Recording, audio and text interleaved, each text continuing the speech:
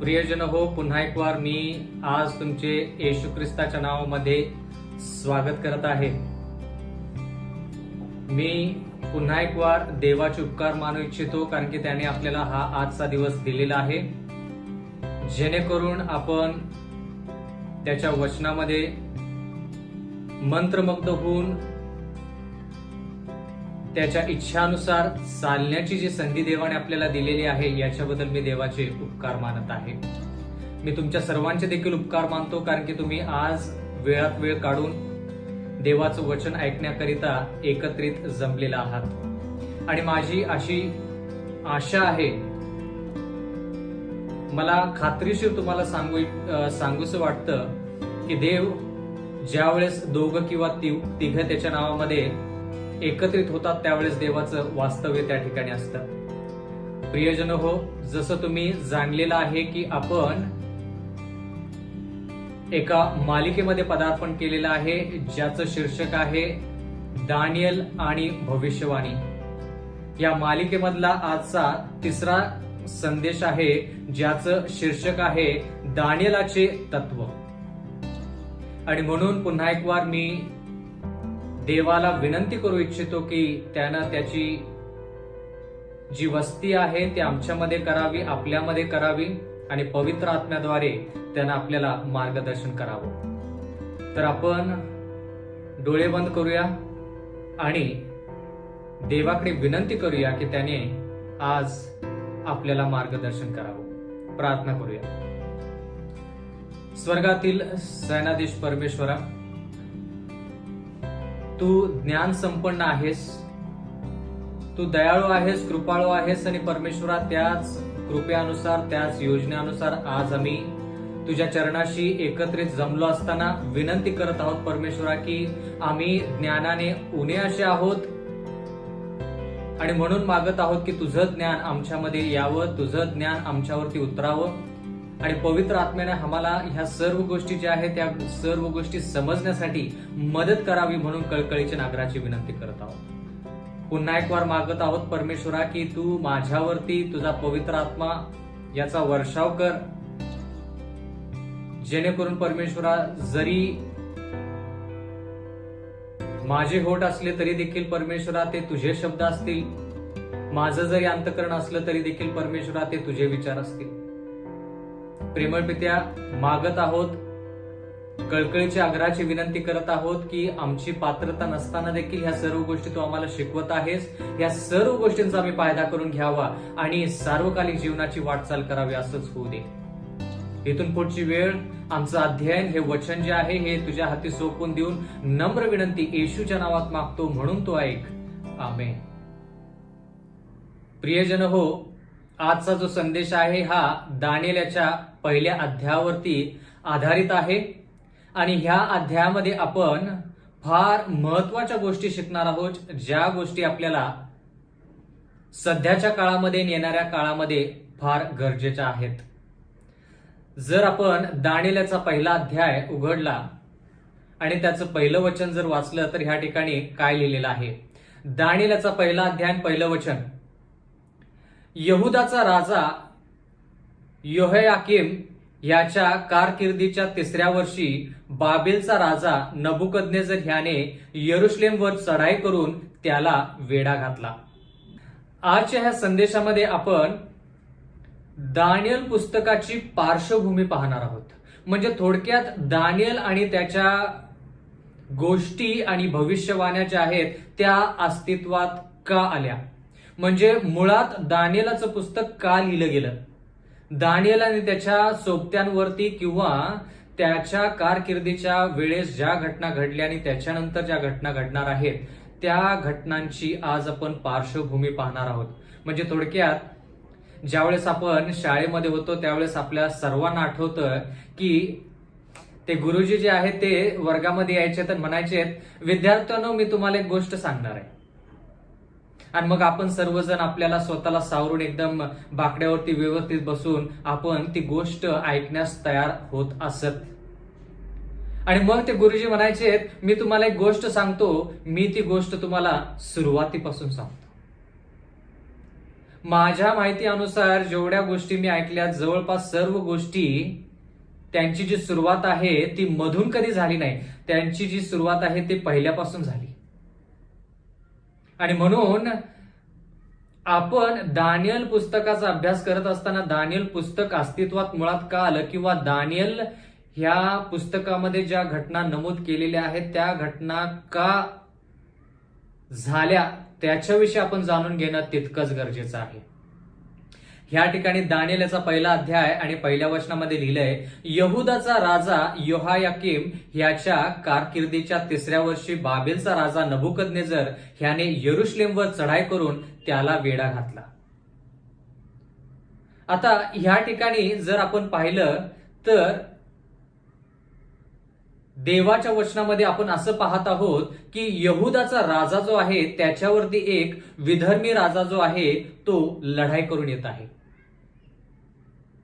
Daniel याचा पहिला अध्याय आणि 2रं वचन, प्रभूने यहुदाचा राजा योहायाकीम ह्याला त्याच्या हाती दिले.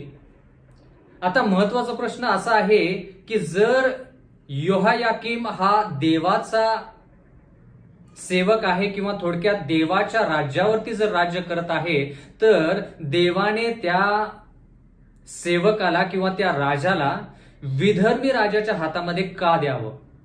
आणि म्हणून आपल्याला पार्श्वभूमी माहित पाहिजे की हे लोक किंवा देवाचे लोक जगातल्या लोकांच्या हाताखाली किंवा अधिकाराखाली किंवा त्यांच्या गुलामगिरीमध्ये ते बंदीवानामध्ये किंवा बंदीगृहामध्ये का जातात. जर आपल्याला दानियल पुस्तकाची पार्श्वभूमी पाहिजे असेल तर आपल्याला यिर्मयाचं पुस्तक पाहावं लागेल. प्रियजन हो, म्हणून ज्यावेळेस आपण एखाद्या पुस्तकाचा विचार करतो तर ज्या गोष्टी त्या पुस्तकामध्ये लिहिलेल्या आहेत त्या गोष्टीची पार्श्वभूमी आपण पाहायला पाहिजे. प्रियजन हो, ज्यावेळेस आपल्याला प्रभुभोजन या विषयावरती शिकायचं असतं तर आपण निर्गमच्या पुस्तकामध्ये जातो. तर तसंच ह्या ठिकाणी ज्यावेळेस आपण दानियलच्या पुस्तकाचा अभ्यास करणार आहोत त्यावेळेस पार्श्वभूमी काय हे आपण पाहूया. यिर्मयाचा 25वा अध्याय आणि पहिलं वचन. यिर्मयाचा 25वा अध्याय आणि पहिलं वचन, यहुदाचा राजा योशियाचा पुत्र योहायाकीम याच्या कारकिर्दीच्या 4थ्या वर्षी, म्हणजे बाबेलचा राजा नबुकदनेझर ह्याच्या कारकिर्दीच्या पहिल्या वर्षी यहुदाच्या सर्व लोकांविषयी यिर्मयाला जे वचन प्राप्त झाले ते हे. जर आपण दानियल 1:1 मध्ये पाहिलं तर ह्या ठिकाणी लिहिलंय, योहायाकीम याच्या कारकिर्दीच्या 3ऱ्या वर्षी बाबेलचा जो राजा आहे नबुकदनेझर तो काय करतो, तो चढाई करून यरुशलेमवरती चढाई करून तो त्या शहराला वेढा घालतो. पण ह्या ठिकाणी आपण हे पाहत आहोत की योहायाकीम याच्या कारकिर्दीच्या 4थ्या वर्षी देवाचं वचन यिर्मयाला काय प्राप्त होतं आणि यिर्मया ते वचन लोकांपर्यंत कसं पोहोचवतो. म्हणजे थोडक्यात नबुकदनेझर राजा ज्यावेळेस यरुशलेमवरती चढाई करून येतो ते योहायाकीम याच्या 3ऱ्या वर्षी, म्हणजे कारकिर्दीच्या 3ऱ्या वर्षी. आणि त्याच्यानंतर चढाई करून आल्यानंतर किंवा काही लोकांना नबुकदनेझर राजा बाबेलमध्ये घेऊन गेल्यानंतर त्याच्यानंतर असं लिहिलेलं आहे की सर्व लोकांविषयी यिर्मयाला जे वचन प्राप्त झाले ते हे. म्हणजे काय वचन प्राप्त झाले. यिर्मयाचा 25वा अध्याय आणि 2रं वचन, यिर्मया संदेशाने यहुदाचे सर्व लोक व सर्व यरुशलेम निवासी यांना सांगितले की, म्हणजे ज्या वेळेस लोक गुलामगिरीमध्ये गेले त्याच्यानंतर पुढच्या वर्षी यिर्मयाला एक संदेश देवाने दिला आणि तो संदेश काय आहे ते आपण थोडक्यात ह्या ठिकाणी पाहत आहोत. यिर्मयाचा 25वा अध्याय आणि 3रं वचन, यहुदाचा राजा आमोनाचा पुत्र योशिया याच्या कारकिर्दीच्या 13व्या वर्षापासून. बंधुजन हो, ह्या ठिकाणी आपण पार्श्वभूमी पाहत आहोत की देवाचे लोक विधर्मी राजाच्या हातामध्ये का जातात. म्हणजे थोडक्यात तुम्ही आणि मी जर आज ह्या भूतलावरती जिवंत आहोत तर आपण दाविदासारखे राजा आहोत का? दाविदासारखे आपल्यामध्ये ताकद आहे का, शक्ती आहे का? किंवा बाकीचे राष्ट्र आपल्याला घाबरतात का? का असं झालेलं आहे आपण विधर्मी लोकांच्या हाताखाली आलेलो आहोत? आणि म्हणून ह्या ठिकाणी देवाचं वचन म्हणतं यिर्मया 25:3 मध्ये, यहुदाचा राजा अमोनाचा पुत्र योशिया याच्या कारकिर्दीच्या 13व्या वर्षापासून आजवर 23 वर्ष, किती वर्ष? 23 वर्ष प्रियजन हो, परमेश्वराचे वचन मला प्राप्त होत असून ते मी तुम्हाला सांगत आलो. म्हणजे 23 वर्ष यिर्मया देवाचं जे वचन आहे ते यहुदी लोकांना सांगत होता. 23 वर्ष मोठ्या निकडीने सांगत आलो तरी तुम्ही ते ऐकले नाही, तरी तुम्ही ते ऐकले नाही असं देवाचं वचन म्हणतं. देवाने यिर्मयाला निवडलं आणि जवळपास 23 वर्ष देवाने यिर्मयाद्वारे यहुदी लोक म्हणजे थोडक्यात देवाच्या लोकांना संदेश पाठवून देव त्यांच्यावरती किती प्रेम करतो ते दाखवण्याचा प्रयत्न केला असताना देवाचं वचन म्हणतं की देवाच्या लोकांनी त्याचं ऐकलं नाही. प्रियजन हो, आपण किती वर्ष झालं देवाच्या वचनामध्ये वाढत आहोत? आणि एवढे जर वचन आपण देवाच्या वचनामध्ये वाढत आहोत तर आपल्याला देवाच्या वचनाचा फायदा झाला का? म्हणजे ज्या गोष्टी देवाने आपल्याला दाखवलेल्या आहेत त्याच्या प्रेमापोटी त्या गोष्टी आपण आत्मसात करून त्याच्या अनुसार चाललो आहोत का? या ठिकाणी 23 वर्ष यिर्मयानं देवाच्या लोकांना सांगितलं की देवाचं वचन काय आहे आणि विशेष करून काय आहे ते आज आपण पाहणार आहोत. या ठिकाणी लिहिलं आहे यिर्मयाचा 25वा अध्याय आणि 4थं वचन. परमेश्वर आपले सर्व सेवक जे संदेश ते त्यांना त्याच्याकडे पाठवत आला, मोठ्या निकडीने पाठवत आला तरी तुम्ही ऐकले नाही, आपला कान लावला नाही. म्हणजे ह्या ठिकाणी यिर्मया सांगत आहे देवाच्या लोकांना. कधी सांगत आहे? ज्यावेळेस नबुकदनेझर येतो, विधर्मी राजा येतो आणि देवाच्या राजाला, देवाच्या नगरीमध्ये जो राजा राज्य करत आहे त्या राजाला ज्यावेळेस गुलामगिरीमध्ये घेऊन जातो, त्याच्या पुढच्या वर्षी देवाचं वचन यिर्मयाला प्राप्त होतं. आणि यिर्मया जो आहे ते फक्त जे लोक गुलामगिरीमध्ये गेलेले आहेत त्यांनाच फक्त बोलत नाही, तर जे लोक यरुशलेममध्ये बाकीचे राहिलेले आहेत त्यांना देखील हे वचन सांगत आहे. महत्वाचं वचन. ज्यावेळेस संदेष्टा बोलतो त्यावेळेस अधिकारीनं बोलतो, ज्यावेळेस संदेष्टा बोलतो त्यावेळेस खरं बोलतो. संदेष्टा देवाचं मुख आहे.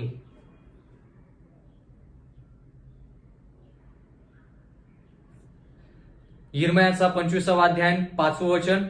ते म्हणाले, तुम्ही सगळे आपल्या कुमार्गापासून, आपल्या कर्माच्या दुष्टतेपासून फिरा, म्हणजे परमेश्वराने तुम्हाला व तुमच्या पूर्वजांना जो देश युगानयुग दिला आहे त्यात तुम्ही राहाल. ज्यावेळेस देवानं सांगितलं की मी तुम्हाला वचनदत्त देशामध्ये घेऊन जाणार आहे, दुधामधाच्या देशामध्ये घेऊन जाणार आहे, पण त्याच्यामध्ये एक अट आहे. आणि ती अट म्हणजे जोपर्यंत तुम्ही माझ्या इच्छेनुसार चालाल तोपर्यंत तुम्ही त्या दुधामधाच्या देशामध्ये, वचनदत्त देशामध्ये तुम्ही कायमस्वरूपी चिरकाळ राहाल, असं देवाचं जे अभिवचन आहे, देवाने सांगितलेलं जे वचन आहे ते वचन लोकांना पाळायचं होतं. पण यरुशलेममध्ये गेल्यानंतर, म्हणजे एकदा वचनदत्त देशामध्ये पोहोचल्यानंतर देवाच्या लोकांनी देवाचं ऐकलं का? बंधू आणि भगिनींनो, आपण खूप वेळेस देवाकडं काहीतरी काम आहे म्हणून येतो आणि काम झालं की देवाला विसरतो. मराठीमध्ये म्हण आहे, कामापुरता मामा.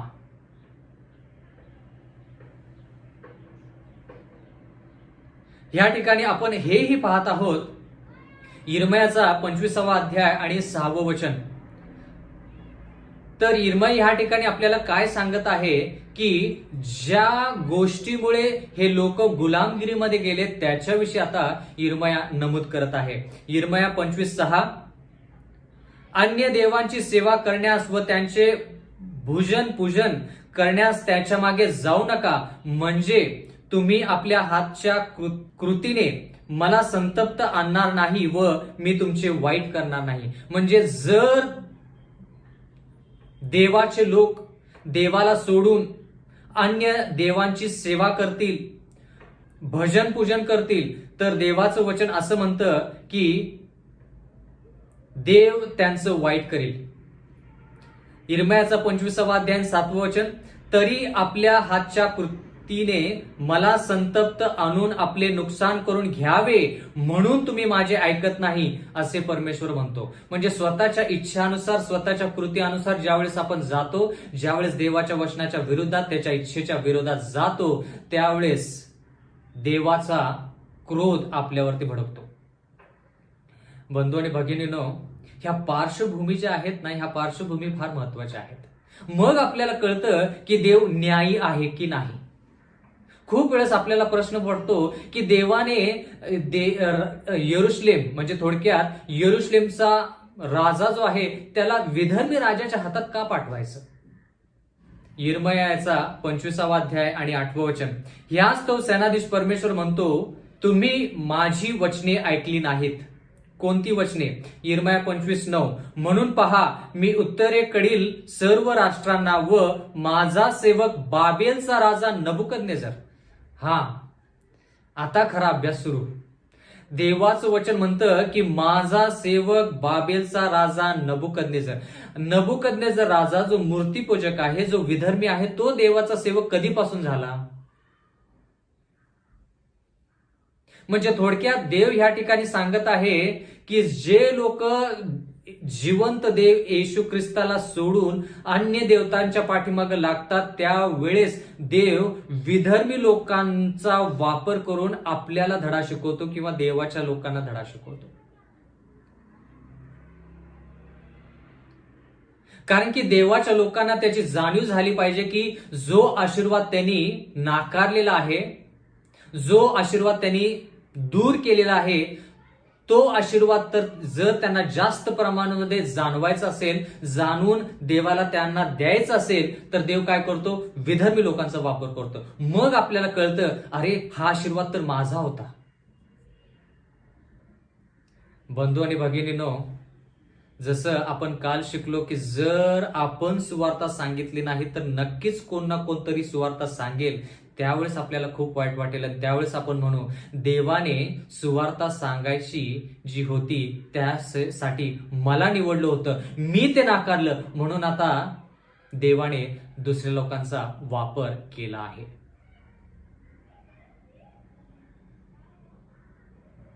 या ठिकाणी असं लिहिलेलं आहे यिर्मया 25:9 मध्ये, म्हणून पहा मी उत्तरेकडील सर्व राष्ट्रांना व माझ्या सेवक बाबेलचा राजा नबुकदनेझर ह्याला बोलवून आणतो, असे परमेश्वर म्हणतो. त्यांना या देशावर, त्यातील रहिवाशांवर व आसपासच्या सर्व राष्ट्रावर आणतो. मी त्याचा अगदी नाश करून ती विस्मयास व उपहासास पात्र व कायमची उजाड करीन. देवाच्या वचनामध्ये असं लिहिलेलं आहे की देवाला ज्या वेळेस आपण नाकारून दुसऱ्या देवाच्या पाठीमागे लागतो, तर देवाला त्याचा वीट आहे, आणि विशेष करून मूर्तीपूजा.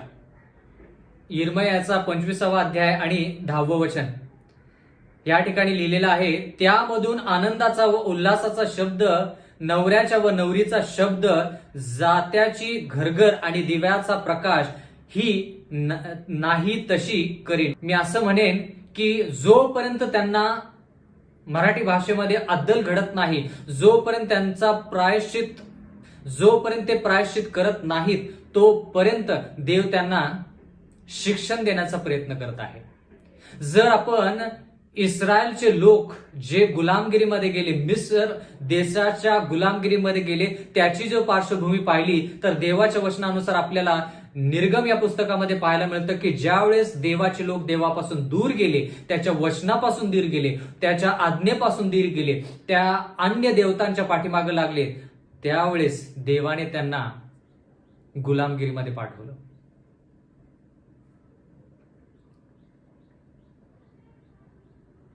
यिर्मयाचा 25वा अध्याय आणि 11वं वचन, हा सगळा देश वैराण आणि विस्मयाला कारण होईल आणि ही राष्ट्रे 70 वर्षे बाबेलच्या राजांचे दास्य करतील. देवाच्या वचनामध्ये हे भाकीत केलं होतं. भविष्यवाणी म्हणजे दानिएल पुस्तक हे भविष्यवाणीच पुस्तक आहे, पण त्याची भविष्यवाणी यिर्मयाच्या पुस्तकामध्ये. म्हणजे यिर्मयाला सांगितलं होतं की 70 वर्ष देवाचे लोक बाबेलच्या राज्यांची किंवा बाबेलच्या राजांची दास्य करतील. म्हणजे थोडक्यात 70 वर्ष गुलामगिरीमध्ये जातील. आणि हे देवाने वारंवार त्याच्या लोकांना सांगितलं होतं. म्हणून म्हटलं की ज्या गोष्टी अगोदर घडलेल्या आहेत त्या गोष्टी परत घडणार आहेत, पण त्या गोष्टी घडत असताना आपली तयारी काय पाहिजे हे आपण जाणून घेतलं पाहिजे. तुम्ही आणि मी आज तसं पाहिलं तर गुलामगिरीमध्येच आहोत. कारण की तुमच्याकडे माझ्याकडं सत्ता नाही. अशी सत्ता नाही की आपण एखादी गोष्ट लोकांना सांगू आणि ह्या जगामधले ह्या देशामधले लोक आपलं ऐकतील. पण जे ते जगामधले लोक आहेत त्या गोष्टी जे ते सांगतात त्या गोष्टी आपल्याला ऐकाव्या लागतात.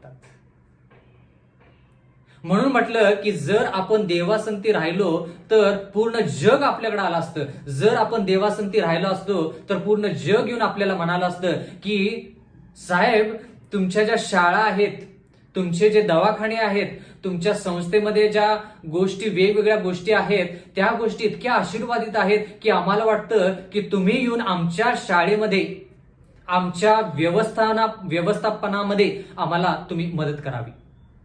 लोक आपल्याकडे आले असते. कारण की देवाचे लोक जे आहेत त्यांच्याकडं जर ज्ञान आहे आणि जर देव त्यांच्या संगती आहे त्यांच्यामध्ये प्रगती झाली पाहिजे. बंधू आणि भगिनींनो, फक्त जर आपण देवाच्या इच्छानुसार चाललो, देवाच्या वचनानुसार चाललो तर पूर्ण जग आपल्याकडं लक्ष देईल. जगातला किंवा असं मी म्हणेन जगामधले जे लोक आहेत त्यांचं पूर्ण लक्ष आपल्याकडे वेधलं जाईल. जी व्यवस्था आपण पार पाडत आहोत तीच व्यवस्था त्यांच्या संस्थेमध्ये यावी म्हणून ते लोक आपल्याकडे येतील आणि शिक्षण संपादन करण्याचा प्रयत्न करतील. जर आपण देवाच्या इच्छानुसार चाललो तर. देवाचं वचन म्हणतं की 70 वर्ष गुलामगिरीमध्ये जे लोक गेले, बाबेलच्या 70 वर्षाच्या गुलामगिरीमध्ये जे लोक गेले त्यांना अगोदर सांगण्यात आलं होतं की तुम्ही देवापासून दूर जाऊ नका. यिर्मयाचा 25वा अध्याय आणि 12वा वचन. तथापि 70 वर्ष भरल्यावर असे होईल की बाबेलचा राजा, तेथील लोक व खासदारांचा देश यांना त्यांच्या दुष्कर्माचे प्रतिफळ मी देईन व तो देश कायमचा ओसाड करीन असे परमेश्वर म्हणतो. म्हणजे ह्या ठिकाणी आपण वाचत आहोत का एकदा देव म्हणतो की नबुकदनेझर राजा जो माझा सेवक आहे, आणि ह्या ठिकाणी असं देवाचं वचन म्हणतं की तेथील लोक खासदारांचा देश यांना त्यांच्या दुष्कर्माचे प्रतिफळ देईन आणि तो देश कायमचा ओसाड करीन. म्हणजे ज्या गोष्टी अगोदर देवानं सांगितल्या त्याच्या विरुद्ध गोष्टी आता देव सांगत आहे. बंधू आणि भगिनींनो, जर आपल्याला धडा शिकवायचा असेल तर देव कधी कधी जगातल्या लोकांचा वापर करतो. कारण की का, जगातल्या लोकांनी जर आपल्याला एखादी गोष्ट सांगितली तर ती गोष्ट आपल्याला जास्त बोचते. कल्पना करा की जगातले लोक जर म्हणाले आपल्याला येऊन की अंतःकरण शुद्ध ठेवा, खोटं बोलू नका, खरं बोला, किंवा चोरी करू नका, प्रामाणिकपणे राहा, तर ते आपल्याला जास्त बोचतं. कारण की आपल्याला हे माहित आहे की ही जी सुवार्थ आहे, ह्या ज्या गोष्टी आहेत ह्या आपण त्यांना सांगायच्या आहेत. आणि म्हणून देव मुद्दाम जगातल्या लोकांचा वापर करतो जेणेकरून आपण त्या गोष्टी प्रामाणिकपणे शिकाव्यात. पण देवाचं वचन म्हणतं की जगाला त्यावेळेस देव संधी देतो, म्हणतो बघा हे राष्ट्र जे आहे ना हे माझं राष्ट्र आहे, पण ह्या राष्ट्रानं माझ्या विरोधात जाऊन काय केलं हे तुम्ही पाहिलं आहे, म्हणून मी आता तुमचा वापर करून ह्या माझ्या राष्ट्राला धडा शिकवणार आहे. मग आता हे जे विधर्मी राष्ट्र आहे ह्यानं धडा शिकायचा की नाही? शिकायला पाहिजे. या विधर्मी राष्ट्रानं शिकायला पाहिजे होती की हा जो देश आहे हा देवाचा देश आहे आणि ह्या लोकांनी देवाचं ऐकलं नाही म्हणून हे गुलामगिरीमध्ये गेलेले आहेत. आपण देवाच्या विरोधात जाऊ नये, आपण प्रायश्चित करूया, आपण आपले जे देव आहेत, जे अन्य देव आहेत त्यांना सोडून या जिवंत देवाकडे लागूया, या जिवंत देवाच्या पाठीमागे लागूया, जेणेकरून आपलं भलं होईल. पण ह्या विधर्मी राष्ट्रानं देखील एवढ्या सर्व गोष्टी पाहून देखील मन वळवलं नाही. म्हणून देव ह्या वचनामध्ये असं म्हणतो, 12व्या वचनामध्ये, तेथील लोक व खासद्यांचा देश यांना त्यांच्या दुष्कर्माचे प्रतिफळ मी देईन आणि तो देश कायमचा ओसाड करेन. जर नबुकदनेझर राजा जो विधर्मी आहे, जर त्यानं आणि त्याच्या वंशज जे आहेत त्यांनी देवाच्या इच्छानुसार सर्व गोष्टी पार पाडल्या असत्या, देवाने दिलेला आशीर्वाद जपून ठेवला असता, तर त्यांचं राष्ट्र कायमस्वरूपी राहिलं असतं 70 वर्षापेक्षा जास्त. पार्श्वभूमी फक्त पाहत आहोत, फक्त पार्श्वभूमी. प्रियजन हो, हे देवाचं वचन जे आहे हे अतिशय महत्वाचं आहे. आता कळालं का की देव विधर्मी लोकांचा वापर करून कधी कधी आपल्याला खाली का दबवण्यात येतं? कारण की आपण देवासंगती नाही. कधी कधी आपण पैशाला देवापेक्षा जास्त महत्व देतो, नोकरीला देवापेक्षा जास्त महत्व देतो, कधी कधी शिक्षणाला देवाच्या पेक्षा जास्त महत्व देतो, कधी कधी लोकांना देवाच्या पेक्षा जास्त महत्व देतो, कधी कधी मंडळीतील लोकांना देवापेक्षा जास्त महत्व देतो. या सर्व गोष्टी महत्वाच्या, पण देवापेक्षा महत्वाच्या नाहीत. आणि ज्यावेळेस देवाचं वचन म्हणतं की 70 वर्ष पूर्ण झाल्यावर, ह्या ठिकाणी लिहिलेलं आहे, तथापि 70 वर्ष भरल्यावर असे होईल की बाबेलचा राजा येथील लोक व खासद्यांच्या देश यांना त्यांच्या दुष्कर्माचे प्रतिफळ मी देईन. म्हणजे एवढं शिकवलं असताना देखील जर ते विधर्मी लोक माझ्या देवाच्या लोकांकडून शिकत नाहीत, माझ्या लोकांच्या देवावर, माझ्या लोकांवरती जे अरिष्ट आलं त्यातून जर बाकीचे राष्ट्र शिकत नाहीत, तर त्यांचा मी समूळ नाश करेन. जे त्याचे लोक आहेत त्यांना तो त्याच्याकडे परत घेऊन येईल. बंधू आणि भगिनींनो, आपण खूप वेळेस पाहिलेलं आहे की ज्यावेळेस लहान लेकरू आईला त्रास देतं त्यावेळेस काही वेळ ती जी आई आहे ते सहन करते, स्मित मुखाने सहन करते. मग नंतर त्याला थोडीशी शांत बसवण्याचा त्याला प्रयत्न करते. मग त्याच्यानंतर ते लेकरू काही ऐकत नाही. मग आई कधी कधी काय करते, त्याला रागावते. आणि तरी देखील काय काय वेळेस ते लेकरू ज्यावेळेस ऐकत नाही त्यावेळेस रागानं त्या लेकराला असं दूर ढकलते किंवा त्याला थोडं शासन देते. आणि ते लेकरू ज्यावेळेस रडायला लागलं किंवा ज्या गोष्टी त्या लेकराला शिकायच्या त्या शिकून झाल्या की लगेच ती आई काय करते, त्या लेकराला जवळ करते. ज्यावेळेस कळतं की ते लेकरू रडत आहे, त्या लेकराला त्याची चूक कळाली आहे, त्यावेळेस पिता किंवा आई जी आहे ते त्या लेकराला जवळ करते. जर आपण पापी असून जर आपल्याला एवढं कळतं, तर जो देव पवित्र आहे त्याला किती कळत असेल. ज्यानं कधी पाप केलं नाही, ज्यानं आपला एकुलता एक पुत्र तुमच्यासाठी माझ्यासाठी दिला, त्याला किती कळवळा वाटत असेल की माझ्या लोकांनी लवकर शिकावं, माझ्या लेकरांनी लवकर जाणून घ्यावं, माझ्या लेकरांनी, माझ्या सेवकांनी हे जे वचन आहे याच्यातून लवकर शिकावं, जेणेकरून जे शासन मी त्यांना दिलेलं आहे ते लवकर संपवून मी त्यांना लवकर घेऊन येईन. मी खूप वेळेस असं ऐकलं की जे लहान लेकरं घरामध्ये व्यवस्थित वागत नाहीत त्यांचे आई वडील त्यांना वसतिगृहामध्ये पाठवतात, जेणेकरून तो मुलगा जो आहे, मुलगी जी आहे ते स्वावलंबी होतील, ते स्वतःच्या म्हणजे थोडक्यात देवावरतीच अवलंबून पण स्वतःच्या स्वतः सर्व गोष्टी करतील. आणि ज्या वेळेस त्या गोष्टी करतील त्यावेळेस मग आई वडील विचार करतात की आता वसतिगृहातून आपण त्याला परत आणूया. बंधू आणि भगिनींनो, एक मुद्दा मला महत्वाचा ह्या ठिकाणी मांडायचा आहे आणि तो म्हणजे देवाच्या वचनामध्ये असं लिहिलेलं आहे की देव आपला वापर जगासाठी करतो. जसा जगाचा वापर आपल्याला धडा शिकवण्यासाठी करतो, त्यावेळेस देव त्या लोकांना देखील सांगत असतो की बघा, मी जिवंत देव आहे, मी न्यायी आणि कृपाशील आणि कृपावान असा देव आहे. जर मी माझ्या लोकांसंती असं करू शकतो तर तुमच्या संती म्हणजे विधर्मी लोक हो, तुमच्या संती देखील मी असं करू शकतो, असं देव त्यांना देखील सांगत असतो. बंधू आणि भगिनींनो, आपण मराठीमध्ये एक म्हण म्हणतो, एका दगडात दोन पक्षी.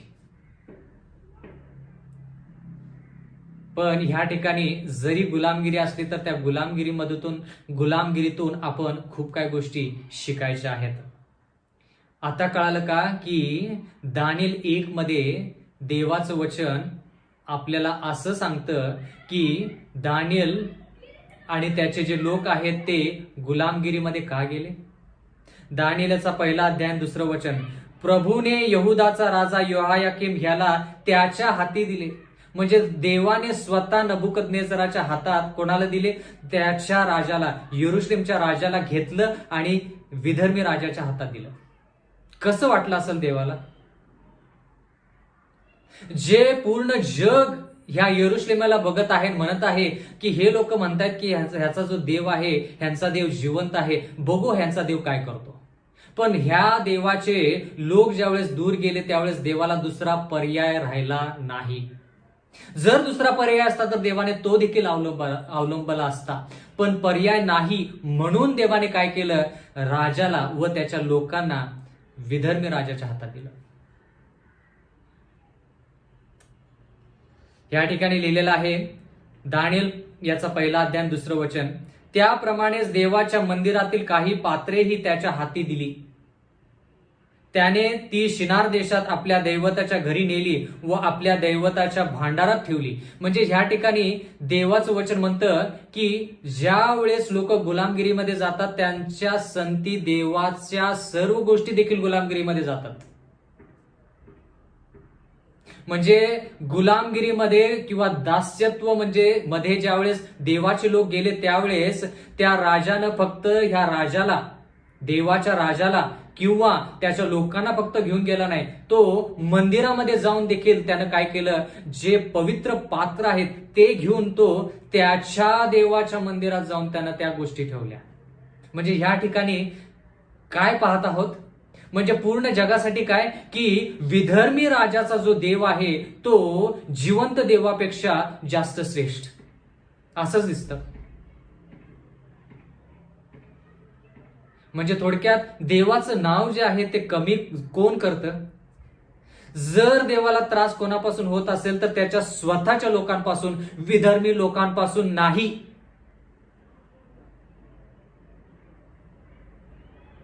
जर देवाचा अपमान कोण जास्त करत असेल तर देवाचेच लोक, बाकी कोणी नाही. जर बाकीच्या लोकांनी देवाचा अपमान केला तर देव मिस्र देशासारखा त्यांचा नैनाट करू शकतो. पण देवाचे लोक ज्यावेळेस देवाचा अपमान करतात त्यावेळेस त्याला त्या सर्व गोष्टी सहन कराव्या लागतात, रडावं लागतं, 70 वर्ष रडावं लागतं. आणि मग त्यांना तो परत घेऊन येतो आणि म्हणतो, आता शिकलास का.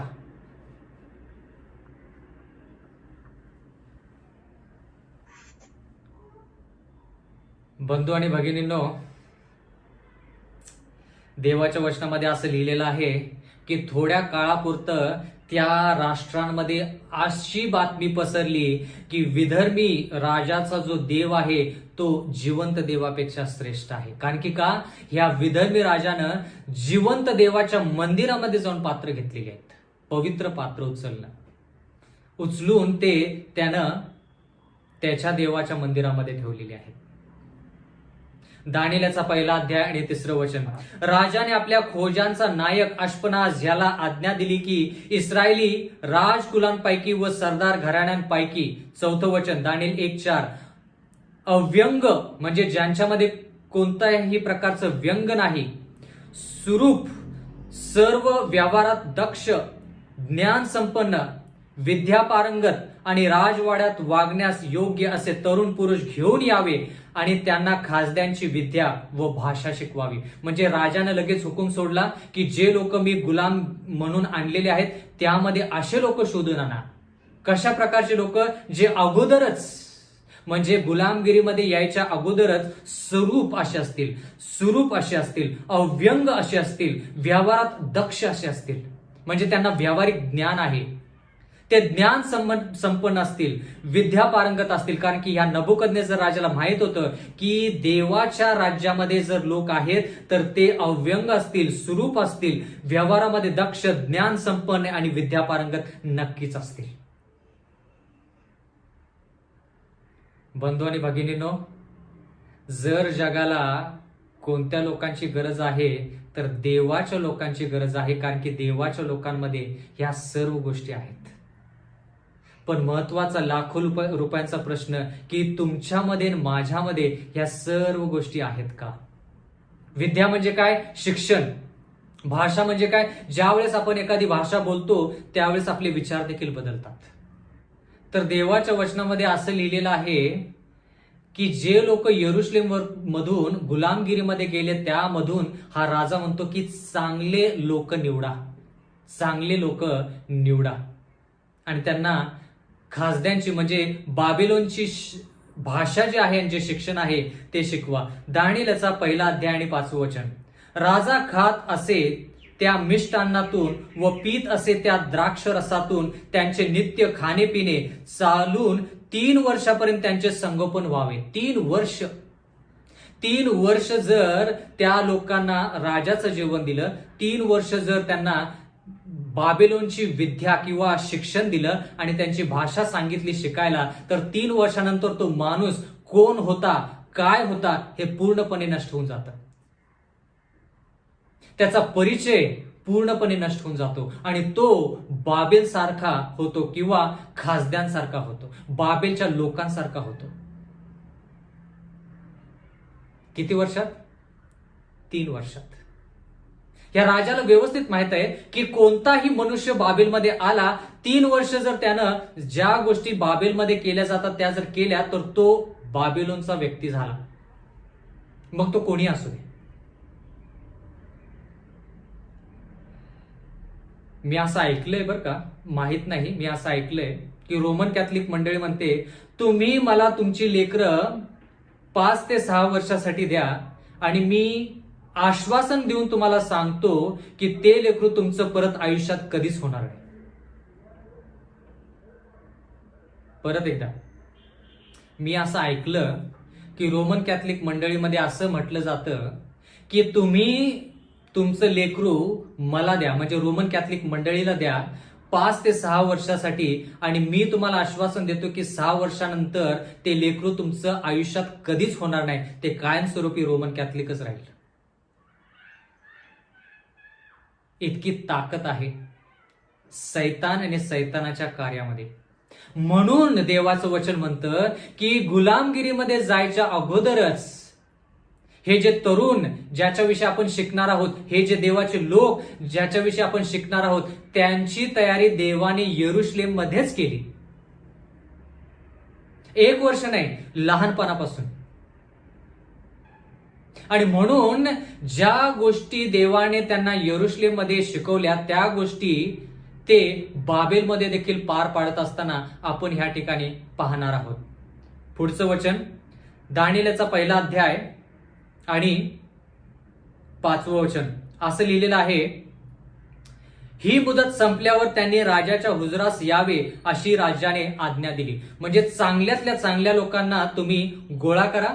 3 वर्ष ज्या गोष्टी मी तुम्हाला सांगत आहे त्या गोष्टी करायच्या, म्हणजे खासद्यांची भाषा, खासद्यांची विद्या आणि खासद्यांचं जेवण म्हणजे राजाचं जेवण त्यांना द्यायचं आणि त्याच्यानंतर ते राज दरबारामध्ये माझ्यासोबत उभे राहण्यास ते तयार असतील. दानिएलचा 1 अध्याय आणि 6 वचन. या तरुण मंडळीत यहुदा वंशातील दानिएल हननाया, मिशेल व अजराया हे होते. देवाच्या वचनामध्ये असं लिहिलंय की ह्या तरुणांमध्ये, ह्या गुलामगिरीमध्ये 4 लोकांविषयी नमूद केलेलं आहे. बाकीचे लोक नव्हते का? बाकीचे लोक देखील होते, पण ते प्रामाणिक असतील तर त्या लोकांचा ह्या ठिकाणी समावेश केला जाईल. पण ह्या ठिकाणी 4 लोकांचा समावेश केलेला आहे जे लोक प्रामाणिक होते. म्हणजे यरुशलेम मध्ये देखील प्रामाणिक होते आणि ह्या ठिकाणी देखील ते प्रामाणिक ठरले. दानिएलचा पहिला अध्याय 7वं वचन. खोजांच्या सरदाराने त्यांना येणेप्रमाणे नावे दिली. दानिएलास बेल्शझर, हननायास शद्रक, मिशालास मेशक व अजरायास अबेदनिगो अशी नावे दिली.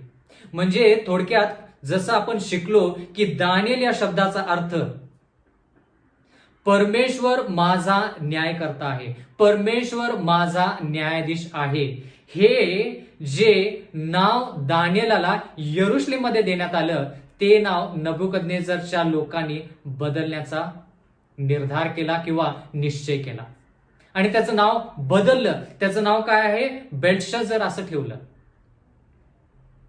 बंधू आणि भगिनींनो, देवाच्या वचनामध्ये जर एखाद्या व्यक्तीला देव नाव देतो तर त्याच्या पाठीमागे एक मोठा अर्थ असतो.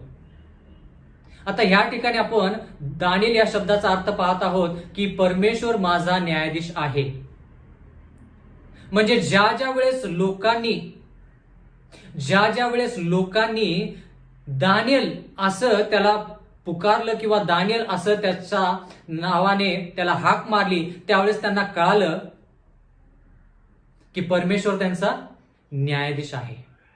ज्या ज्या वेळेस ते म्हणाले, दानिएल आलास का? दानिएल बस, दानिएल उठ, दानिएल जेवलास का? दानिएल तू कुठे चाललास? परमेश्वर माझा न्यायाधीश आहे, ये. परमेश्वर माझा न्यायाधीश आहे, बस. परमेश्वर माझा न्यायाधीश आहे, जेवण जेव. परमेश्वर माझा न्यायाधीश आहे, तू कुठे चाललेला आहेस?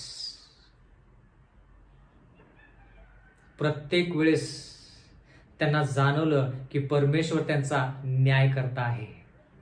70 वर्ष दानिएलाला माहित होतं की परमेश्वर न्यायी आहे आणि जर परमेश्वर म्हणतो की 70 वर्ष तो आम्हाला शासन करेल, आम्हाला शिक्षण देईल, तर 70 वर्षानंतर जसं आई लहान लेकराला जवळ करते तसंच माझा देव न्यायाने, तो न्यायाधीश आहे, तो मला परत माझ्या लोकांमध्ये जाण्यास मदत करेल. म्हणून जरी दानिएलाला त्याचं नाव बदलण्यात आलं तरी देखील दानिएल स्वतःला कधीही बेल्शाझर म्हटलं नाही. उदाहरण, दानिएलचा 8वा अध्याय आणि 1 वचन. दानिएल स्वतःला कधीही बेल्शाझर असं म्हणाला नाही. लोक त्याला म्हणाले, त्याच्याविषयी तो काही करू शकत नाही. पण या ठिकाणी देवाचं वचन म्हणतं दानिएल 8:1 मध्ये, मी जो दानिएल त्यास मला प्रथम दृष्टांत झाला होता, त्यानंतर बेल्शाझर राजाच्या कारकिर्दीच्या 3ऱ्या वर्षी मला पुन्हा दृष्टांत झाला. दानिएल काय म्हणतो? मी जो दानिएल. तो म्हणू शकला असता मी जो बेल्शाझर नाही. दानिएल म्हणाला, तुम्ही मला कितीही नावे ठेवा, कोणतंही नाव द्या, मी दानिएल. दानिएलचा 9वा अध्याय 2रं वचन. आणखीन एक ठिकाणी आपण पाहत आहोत की दानिएल त्याचं नाव जे आहे, मूळ नाव जे आहे, ते मूळ नाव स्वतःकडे कायम ठेवण्याचा प्रयत्न करत आहे. या ठिकाणी लिहिलेलं आहे दानिएल 9:2 मध्ये, मी दानिएल शास्त्र ग्रंथावरून समजलो की मी दानिएल. बंधू आणि भगिनींनो, जर सैतानाला तुमचं अस्तित्व बदलायचं असेल, तुमचा जो परिचय आहे तो परिचय बदलायचा असेल, तर सैतान काय करेल त्याच गोष्टी हित केलेल्या आहेत. जर सैतानाच्या हाताखाली आपण जर गेलो तर सैतान कोणकोणत्या गोष्टी बदलेल त्याविषयी आपलं ह्या ठिकाणी पाहत आहोत. आपल्या परिचयामध्ये आपली जी जीवनशैली आहे, आपण जसं जगत आहोत त्याप्रमाणे आपल्याला 7th डे ऍडव्हेंटिस्ट म्हणून नाव देण्यात आलेलं आहे. म्हणजे थोडक्यात आपल्याला लोक जरी म्हटले की हे शाबात पाळणारे लोक आहेत आणि शाबाताविषयी यांच्याशिवाय यांना दुसरं काही माहीत नाही आणि हे फक्त आज्ञाविषयीच बोलतात आणि यांच्यामध्ये प्रेमच नाही आणि प्रीती श्रेष्ठ आहे हे यांना माहीतच नाही, या सर्व गोष्टी जरी लोक बोलत असले तर आपण आपलं नाव जे आहे ते कदापि सोडायचं नाही. Seventh day Adventist.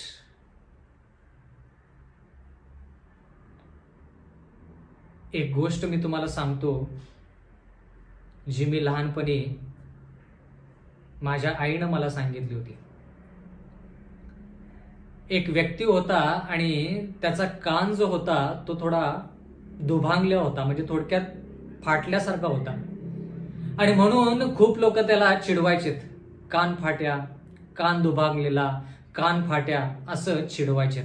म्हणून हा व्यक्ती एक वेळेस कंटाळून तो म्हणाला की मी एक मेजवानी लोकांना देणार आणि त्या मेजवानीमध्ये मी सर्व लोकांना जाहीर करणार की आजपासून तुम्ही माझं नाव जे आहे ते कान फाट्या न बोलता माझं मूळ नाव जे आहे ते मूळ नावानं तुम्ही मला संबोधित करायचं. आणि म्हणून तो काय करतो, एक मेजवानी ठरवतो. मेजवानीमध्ये लोक जातात, मेजवानीमध्ये लोक जेवतात. त्यावेळेस हा माणूस म्हणतो की आजपासून तुम्ही मला कधीच कान दुभांगलेला किंवा कान फाट्या असं म्हणायचं नाही. आणि लोक म्हणतात ठीक आहे, बरं आहे, ओके. आणि मग ज्यावेळेस लोक जेवण जेवून मेजवानी करून ज्यावेळेस आपल्या घरी जात असतात त्यावेळेस दुसरे लोक त्यांना विचारतात, अरे कुठून आलास?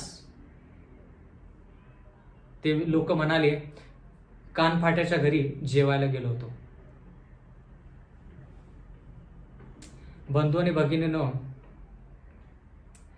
जग आपल्याला काही म्हणू दे, आपलं जे नाव आहे, आपली जी प्रचिती आहे, आपला जो परिचय आहे तो आपण कायमस्वरूपी ठेवला पाहिजे. या ठिकाणी दानिएल याचा पहिला अध्याय 8वं वचन, दानिएल याचा पहिला अध्याय आणि 8वं वचन, या ठिकाणी देवाचं वचन म्हणतं, राजा खात असे ते मिष्ट अन्न व पीत असे तो द्राक्षरस यांचा आपणास विटाळ होऊ द्यायचा नाही असा दानिएलाने मनात निश्चय केला. म्हणून त्याने खोज्यांच्या सरदाराला विनंती केली की मला यांचा विटाळ नसावा. बंधू आणि भगिनींनो, देवाच्या वचनामध्ये आपण असं पाहत आहोत की नाव बदललं. लोक दानिएल, हननाया, मिशाएल आणि अजराया त्यांचं नाव बेलशाझर, शद्रक, मेशक, अबेदनिगो असं जरी ठेवलं असलं तरी देखील देवाचं वचन म्हणतं की काही गोष्टी त्या चौघांच्या हातामध्ये होत्या, त्या गोष्टी त्यांनी त्या सोडल्या नाहीत. कोणती गोष्ट? देवाचं वचन म्हणतं की त्यांना 3 वर्ष कोणतं जेवण जेवायचं होतं? राजाचं जेवण जेवायचं होतं. ह्या ठिकाणी दानिएल म्हणत आहे की राजाचं जेवण जर आम्ही जेवलो तर आम्हाला विटाळ होईल, म्हणजे थोडक्यात आम्ही अशुद्ध असे होऊ. दानिएल ह्या ठिकाणी म्हणत आहे की मी गुलामगिरीमध्ये आहे, बरोबर आहे, पण गुलामगिरीमध्ये जरी असलो तरी देखील मी या राजाने ज्या गोष्टी खायला सांगितलेल्या आहेत त्या गोष्टी मी खाणार नाही. तो त्या ठिकाणी मुभा देऊ शकला असता, तो म्हणू शकला असता की मी गुलामगिरीमध्ये आहे, मी माझी स्वतःची इच्छा बाळगू शकत नाही. यरुशलेममध्ये असतो तर मी माझं जेवण जेवलो असतो. बंधू आणि भगिनींनो, किती वेळेस आपण देवाच्या इच्छानुसार जे जेवण नाही ते जेवण जेवून मुभा सांगितलेली आहे की दुसरं जेवणच नव्हतं, किंवा आग्रह करण्यात आला, किंवा जर मी ते जेवण जेवलो नाही तर लोकांना काय वाटेल, नाहीतर ते जेवण जे माझ्यासमोर वाढलेलं आहे ते जेवण जरी देवाच्या वचनानुसार योग्य नसेल तर मला माझं नातं जे लोकांसंगती आहे ते जोडून ठेवलंच पाहिजे. सर्व गोष्टी ज्या ह्या आहेत त्या सर्व गोष्टी दानिएल ह्या ठिकाणी देऊ शकला असता, पण देवाच्या वचनामध्ये लिहिलंय की त्यानं निश्चय केला, म्हणजे थोडक्यात त्यानं त्याच्या विचारावरती शिक्कामोर्तब केलं की राजाचं जे जेवण आहे ते राजाचं जेवण मी जेवणार नाही. बंधू आणि भगिनींनो, देव वरून पाहत आहे. कोण त्याचा व्यक्ती आहे आणि कोण त्याचा व्यक्ती नाही. आणि म्हणून प्रत्येक व्यक्तीला समोर आणलं जातं. प्रत्येक व्यक्तीला समोर आणलं जातं आणि देव त्याच्याकडे बघतो आणि म्हणतो, हा व्यक्ती ना काही वचनानुसार चालतो, काही वचनानुसार चालत नाही, हा माझा व्यक्ती नाही. हा व्यक्ती जवळपास 90% माझ्या इच्छानुसार चालतो, माझ्या नावाची प्रचिती करतो, पूर्ण जगामध्ये सुवार्ता गाजवतो, पण हा 10% माझ्या इच्छानुसार चालत नाही, तो माझा व्यक्ती नाही. अशातला भाग नाही की देव त्या व्यक्तीला सोडतो. अशातला भाग नाही की त्याचं सार्वकालिक जीवन देव नाहीसं करतो. असं करत नाही. पण देव म्हणतो की जे माझ्या इच्छानुसार चालतात ते लोक माझे आहेत. प्रियजन हो, जर एखाद्या व्यक्तीचा परिचय पूर्णपणे बदलायचा असेल ना, तर त्याची भाषा बदला, त्याचं शिक्षण बदला, त्याचा पोशाख बदला आणि त्याचं जेवण बदला. तो पूर्णपणे व्यक्ती बदलला जाईल. थोडा आपण विचार करूया. कर्नाटकातला जो माणूस आहे किंवा कोणत्याही राज्यातला जो माणूस आहे तो आपल्यापेक्षा वेगळा कसं काय? त्याचं जेवण वेगळं, त्याचं शिक्षण म्हणजे त्याची विचारसरणी वेगळी आणि त्याची भाषा वेगळी. जरी तो माणूस आपल्यासारखा दिसत असला तरी देखील आपण त्याला काय म्हणतो? हा नाही, तो कन्नड भाषिक माणूस आहे. म्हणून देवाच्या वचनामध्ये लिहिलेलं आहे की सैतानाला बरोबर माहित आहे की दानियल, हननाया, मिशाएल आणि अजराया यांचं जो परिचय आहे, यांची जी प्रचिती आहे ती जर पूर्णपणे बदलायची तर ह्या 3-4 गोष्टी बदलल्या की पूर्णपणे मनुष्य बदलला. म्हणून सैतान आज देखील तुम्हाला आणि मला ह्या 4 गोष्टींद्वारे जो आपण देवाचे सेवक आहोत ते सेवकपणा सोडून किंवा ती देवाची सेवा सोडून आपण दुसरं काहीतरी करावं म्हणून सैतान काय करतो? ह्या 4 गोष्टी आपल्या आयुष्यामध्ये आणण्याचा प्रयत्न करतो. शिक्षण चुकीचं नाही, पण देवाच्या वचनानुसार ते शिक्षण पाहिजे. भाषा शिकणं चुकीचं नाही, पण ती भाषा देवाच्या वचनानुसार पाहिजे. जेवण जेवणं चुकीचं नाही, पण देवाच्या वचनानुसार आपण जेवलं पाहिजे. प्रियजन हो, आजचा हा जो संदेश आहे ज्याचं शीर्षक आहे दानियेलाचे तत्व, याचा आज आपण पहिला भाग पाहत आहोत. आजचा हा 3रा संदेश आहे ज्याचं शीर्षक आहे दानियेलाचे तत्व भाग 1. आणि माझी अशी इच्छा आहे की याच्याविषयी आपण जास्त शिकावं आणि जास्त जाणून घ्यावं, जेणेकरून आपल्या आयुष्यामध्ये बदल घडून येईल आणि त्याद्वारे आपण सार्वकालिक जीवनाची वाटचाल करू. परमेश्वर आपल्या सर्वांस आशीर्वाद देवो, ही माझी ईश्वरचरणी प्रार्थना आहे. आमेन. प्रियजन हो, आपण प्रार्थना करूया. स्वर्गातील सेनाधीश परमेश्वरा, उपकार मानतो आजच्या या वचनाबद्दल, विनंती करत आहोत परमेश्वरा, असंच आम्ही या वचनामध्ये रुजावं, ते वचन आमच्या आयुष्यामध्ये फलद्रूप व्हावं, त्याच्याद्वारे परमेश्वर आमचं आयुष्य आणि आमचं अंतःकरण बदलावं असं होऊ दे. सर्व गोष्टी आम्ही तुझ्या हाती सोपवून देत आहोत. येणाऱ्या काळामध्ये देखील तो आम्हाला तुझं वचन आत्मसात करण्यासाठी, ते समजण्यासाठी आणि त्यानुसार चालण्यासाठी सहाय्य मदत कर. नम्र विनंती येशूच्या नावात मागतो, म्हणून तो ऐक. आमेन.